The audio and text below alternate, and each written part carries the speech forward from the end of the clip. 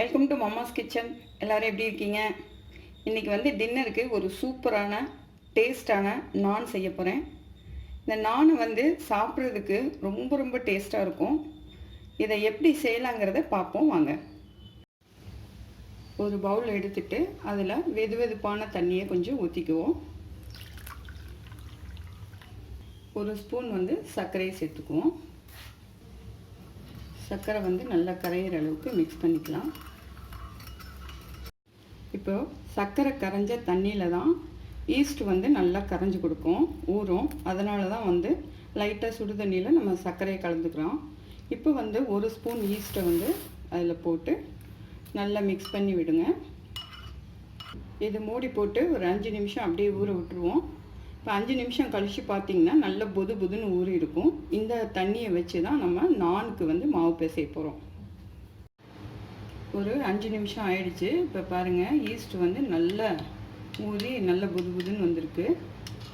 இப்போ வந்து நம்ம நானுக்கு உண்டான மாவை ரெடி பண்ணிக்கலாம். ஒரு மிக்சிங் பவுல் எடுத்துக்குவோம். அதில் வந்து ஒரு 2 கப் அளவுக்கு மைதா மாவை கலந்துக்கலாம். 2வது கப் மைதா மாவு. இதுக்கு தேவையான அளவுக்கு கொஞ்சமாக உப்பு போட்டுட்டு நல்லா மிக்ஸ் பண்ணிக்குவோம். இப்போ வந்து இந்த ஊறின ஈஸ்ட் தண்ணியை நம்ம இதில் கலந்துக்கலாம். அதோட ஒரு 2 ஸ்பூன் வந்து கட்டியான தயிர் எடுத்து இதோடு சேர்த்துக்கலாம். இப்போ எல்லாத்தையும் நல்லா பிசைஞ்சுக்கலாம்.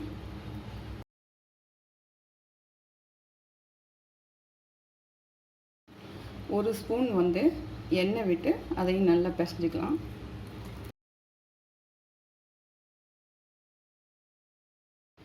இப்போ கொஞ்சம் போல் தண்ணியை விட்டு நல்லா பிசைஞ்சுக்கலாம்.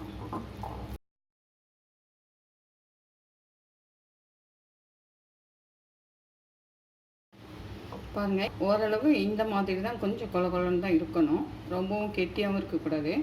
இப்போ வந்து கடைசியாக கொஞ்சம் போல் எண்ணெய் தடவி நல்லா ஒரு 2 ஹவர்ஸ் ஊற வச்சுருவோம். இது வந்து அப்படியே விட்டிங்கன்னா ட்ரை ஆகிடும். அதுக்காக கொஞ்சம் போல் எண்ணெயை நல்லா தடவிட்டு இதை வந்து ஒரு 2 மணி நேரம் ஊற வச்சுருவோம். அதுக்கப்புறம் பார்ப்போம். 2 ஹவர்ஸ் ஆகிடுச்சு. மாவு வந்து பாருங்கள் நல்லா புஷ்ஷுன்னு அழகாக ஊறி இருக்குது. இப்போது சின்ன சின்ன உருண்டையாக எடுத்துட்டு நல்லா சப்பாத்தி உருட்டுற கட்டையில் வந்து அழகாக உருட்டி எடுத்து போடுவோம். இப்போது கொஞ்சம் ட்ரை மைதா மாவை வந்து நம்ம ஸ்ப்ரெட் பண்ணிக்கலாம். இப்போ தேவையான அளவுக்கு உருண்டை எடுத்து அதை வந்து நல்லா சப்பாத்தி மாதிரி திரட்டிக்குவோம். எல்லா இடத்துலையும் மாவு வந்து ஒரே சம அளவில் இருக்கிற மாதிரி நல்லா திரட்டிக்கணும். இப்போ வந்து அடுப்பில் ஒரு பேனை வச்சுக்குவோம். அந்த பேன் சூடான உடனே பாருங்கள் நல்லா அழகாக தேய்ச்சிருக்கோம். அதை வந்து நம்ம இதில் போட்டுக்கலாம்.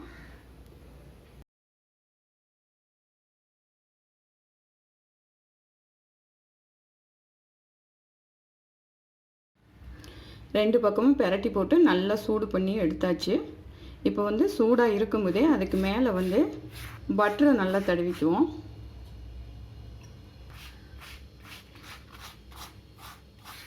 ரெண்டு சைடுமே தடவிக்கோங்க. பாருங்கள், நான் எல்லாமே சுட்டு முடிச்சாச்சு. எடுத்துகிட்டு நல்லா சுட சுட பட்டர் தடவிட்டிங்கன்னா சாஃப்டாக சூப்பராக இருக்கும். பாருங்கள், நல்ல சாஃப்ட்னஸ் கிடைக்குது. இது வந்து சாப்பிட்றதுக்கு ரொம்ப டேஸ்ட்டாக இருக்கும்.